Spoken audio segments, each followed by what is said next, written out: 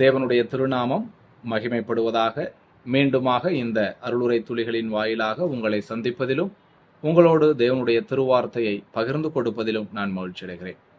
பிரியமானவர்களே, இன்று நாம் சிந்திக்க இருக்கின்ற காரியமானது நம்முடைய கரத்தில் இருக்கின்ற பரிசுத்த வேதாகமம் உண்மையானதா, நம்பகத்தன்மை வாய்ந்ததா, இது இறைவனிடத்திலிருந்துதான் வந்ததா என்பதைத்தான் சிந்திக்க இருக்கிறோம். இதை நிரூபிக்கும் வண்ணமாக 8 அறிவுபூர்வமான ஆதாரங்களை நாம் அறிந்து கொள்ளப் போகிறோம். அப்படியாக பிரியமானவர்களே, 2 தீமோத்தேயு 3:16 சொல்லுகிறது, வேத வாக்கியங்கள் எல்லாம் தேவ ஆவியினால் அருளப்பட்டிருக்கிறது என்று சொல்லுகிறது. இதை இறையியல் ரீதியாக நாம் சொல்லும் பொழுது ஏவினார் என்பதை நாம் அகத்தூண்டுதல் என்று சொல்லுகிறோம். தேவன் அகத்தூண்டுதல் மூலமாக பல மனிதர்களை பயன்படுத்தி தம்முடைய வேத வாக்கியங்களை எழுதச் செய்தார், எழுத வைத்தார் என்று நாம் அறிந்திருக்கிறோம். ஆகவே இது உண்மைதானா என்பதைத்தான் இன்றைக்கு நாம் இந்த காணொளியின் வாயிலாக சிந்திக்க இருக்கின்றோம். அப்படியாக நம்முடைய கரத்தில் இருக்கின்ற பரிசுத்த வேதாகமமானது இறைவனால் அருளப்பட்டது என்பதற்கான முதல் அறிவுபூர்வமான ஆதாரம் என்னவெனில் யூனிட்டி, அதாவது ஒருமைப்பாடு. வேதாகமத்தில் 66 வெவ்வேறு புத்தகங்கள் காணப்படுகின்றன. இந்த 66ம் வெவ்வேறு காலகட்டங்களில் வெவ்வேறு நபர்களால் வெவ்வேறு மொழிகளில் எழுதப்பட்ட புத்தகங்களாக இருக்கிறது. ஆனால் ஆதியாகமம் முதல், அதாவது முதலாவது புத்தகத்திலிருந்து கடைசி புத்தகமான வெளிப்படுத்தல் விசேஷம் வரைக்கும் நாம் பார்க்கும் பொழுது எந்த ஒரு முரண்பாட்டையும் நாம் இதிலே பார்க்க முடிவதில்லை. ஆகவே 66 புத்தகம் வெவ்வேறு காலகட்டங்கள், வெவ்வேறு பாஷைகள், வெவ்வேறு மனிதர்களால் எழுதப்பட்டிருக்குமானால் அதில் ஏன் முரண்பாடு இல்லை என்று நாம் பார்க்கும் பொழுது, கணிக்கும் பொழுது அது சர்வத்தையும் அறிந்த இறைவனால் கொடுக்கப்பட்டது என்பதை நாம் தெள்ளத் தெளிவாக அறிந்து கொள்கிறோம். இரண்டாவதாக ப்ராஃபசி, தீர்க்க தரிசனம். பிரியமானவர்களே, வேதாகமத்தில் பழைய ஏற்பாட்டு காலங்களில் சொல்லப்பட்ட தீர்க்க தரிசனங்கள் துல்லியமாக புதிய ஏற்பாட்டிலே நிறைவேற்றம் அடைந்திருக்கின்றன, அல்லது உலக வரலாற்றிலே நிறைவேற்றம் அடைந்திருக்கின்றன, நிறைவேற்றம் அடையப் போகின்றன என்று கூட நாம் சொல்ல முடியும். அப்படியாக 2 உதாரணங்கள். சங்கீதம் 22 சரியாக கிறிஸ்து பிறப்பிற்கு 1000 வருடங்களுக்கு முன்பாக இயற்றப்பட்ட ஒன்றாக இருக்கிறது. ஆனால் அதில் சொல்லப்பட்ட காரியங்கள் 1000 வருடங்களுக்கு பிறகு அப்படியே கிறிஸ்துவினுடைய வாழ்க்கையிலே நிறைவேற்றம் அடைந்தன.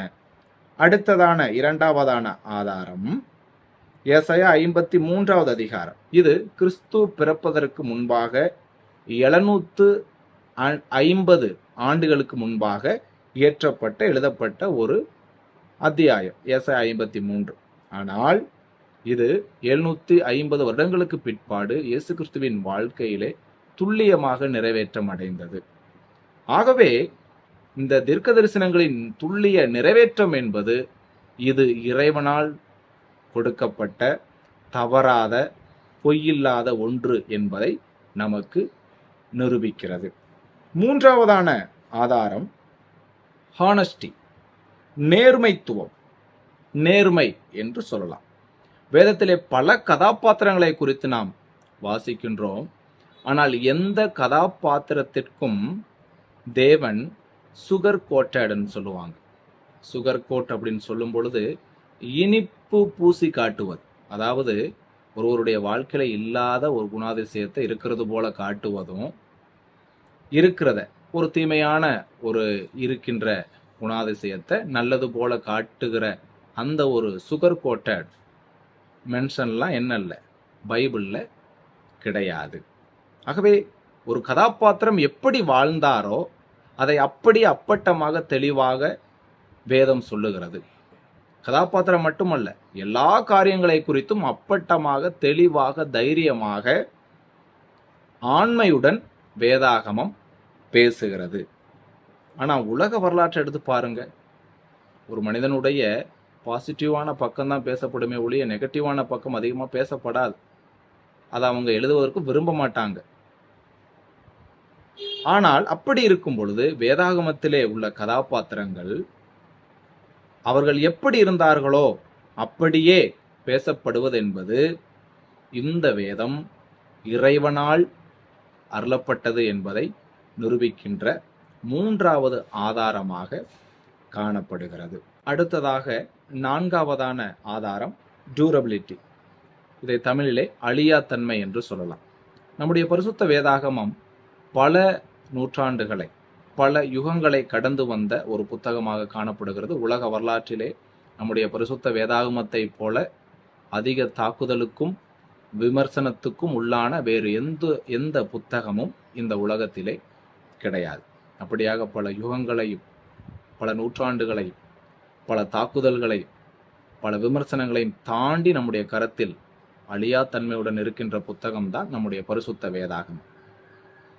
பிரெஞ்சு தேசத்தை சார்ந்த நாத்திகவாதியான வால்டர் என்பவர் இப்படியாக சொன்னார்: நான் மரிக்கிறேன், நான் மரித்த பிறகு 1 நூற்றாண்டுக்கு பிறகு வேதாகமத்தை நீங்கள் மியூசியத்தில் போய் தான் பார்க்கணும், அருங்காட்சியகத்தில் தான் போய் பார்க்கணும் அப்படின்னு சொன்னார். அதாவது அழிஞ்சு போயிரும்னு சொன்னார்.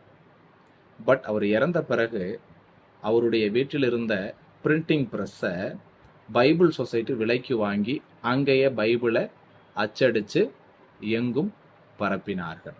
அவர் சொல்லிட்டு செத்தது என்னது? பைபிள் 1 நூற்றாண்டுக்கு அப்புறம் இருக்காது, அழிஞ்சு போயிரும் சொன்னார்.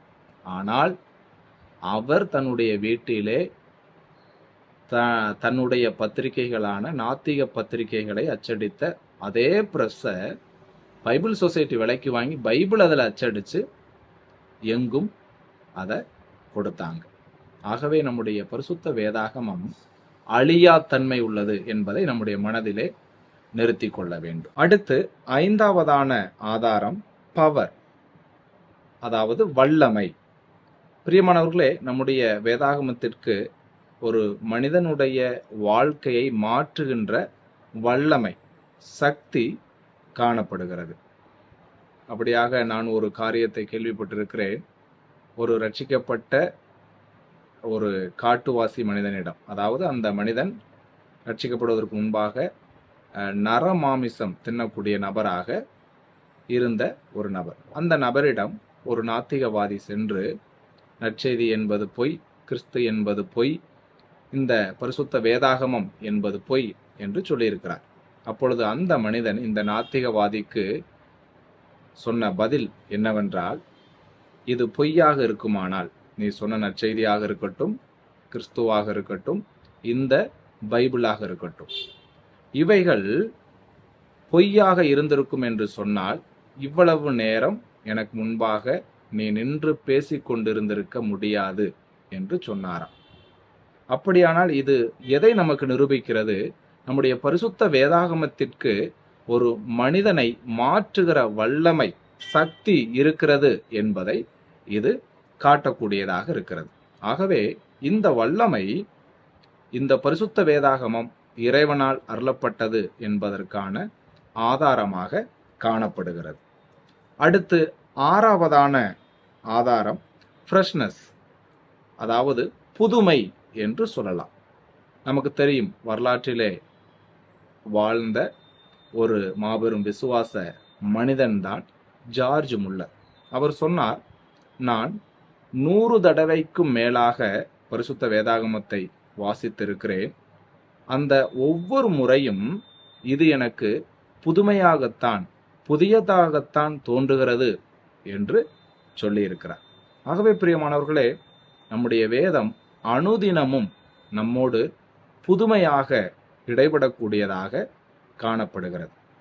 எப்படி நம் வீட்டில் உள்ள ஒரு பூச்செடியானது பழையதாக இருந்தாலும் அதில் பூக்கின்ற பூவானது, பூக்களானது புதியதாக, அன்றாடம் புதியதாக இருக்கிறதோ, அதே போல நம்முடைய பரிசுத்த வேதாகமம் அன்றாடம் நமக்கு புதுமையை தரக்கூடிய, புதுமையை கற்றுக் கொடுக்கக்கூடிய ஒன்றாக காணப்படுகிறது. ஆகவே இந்த புதுமையானது இது இறைவனிடத்திலிருந்து வந்தது என்பதை நமக்கு நிரூபிக்கக்கூடிய ஆதாரமாக காணப்படுகிறது. அடுத்து 7வதான ஆதாரம் சயின்டிபிக் அக்யூரசி, அறிவியல் துல்லியம். இதற்கு எடுத்துக்காட்டு 2 நான் சொல்லுகிறேன். ஏனென்றால் இதற்கு முன்பாகவே கடந்த வார இதே அருளுரை துளிகள் காணொளியிலே நான் இதை மட்டும் பற்றியே நான் 10க்கும் மேற்பட்ட காரியங்களை பேசியிருக்கிறேன்.